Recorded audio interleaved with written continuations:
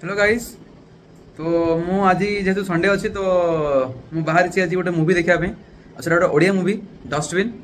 ଆଉ ସେଟା ମୁଁ ଶୁଣିଛି ବହୁତ ଭଲ ହେଇଛି, ବହୁତ ସୋସିଆଲ ମେସେଜ ବି ଅଛି। ମୁଁ ମୁଭି ଦେଖି ସାରିଲା ପରେ ଆପଣଙ୍କୁ ଜଣେଇବି ମୋତେ କେମିତି ଲାଗିଲା। ତ ଗାଇସ୍ ଏବେ ମୁଁ କେଶରୀ ହଲ୍ ପହଞ୍ଚିଯାଇଛି। ଏବେ ମୁଁ ଯାଉଛି ମୋ ସିଟ୍ ପାଖକୁ। ସୋ ଗାଇସ୍ ମୁଁ ଏବେ ଦେଖିକିନା ଆସିଲି ଡଷ୍ଟବିନ୍। ବହୁତ ହି ବଢ଼ିଆ ହେଇଛି। ମାନେ ଏମିତି କଣ୍ଟେଣ୍ଟର ମୁଭି ଓଡ଼ିଆ ଇଣ୍ଡଷ୍ଟ୍ରି ବହୁତ କମ୍ ବନାଉଛି। ଆଉ ବହୁତ ହି ଭଲ ଷ୍ଟୋରି ହେଇଛି।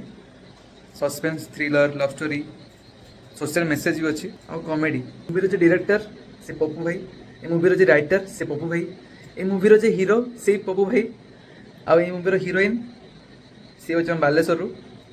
ଆଉ ପପୁ ଭାଇଙ୍କର ମୁଁ ପାଧୁଳି ନେବା ପାଇଁ ଚାହୁଁଛି ଏତେ ଭଲ ଷ୍ଟୋରି ପ୍ରେଜେଣ୍ଟ କରିବାରୁ, ଆଉ ଏତେ ଭଲ ମୁଭି ଓଡ଼ିଶା ରିଲିଜ୍ କରିବାରୁ।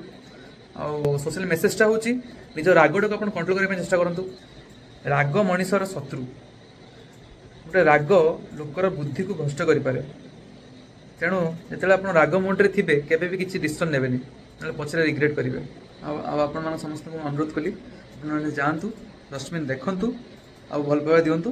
ବହୁତ ହି ଭଲ ଷ୍ଟୋରି ହେଇଛି ଆପଣଙ୍କ ପାଖ ମୁଭି ଥିଏଟରରେ। ଧନ୍ୟବାଦ। ଜୟ ଜଗନ୍ନାଥ।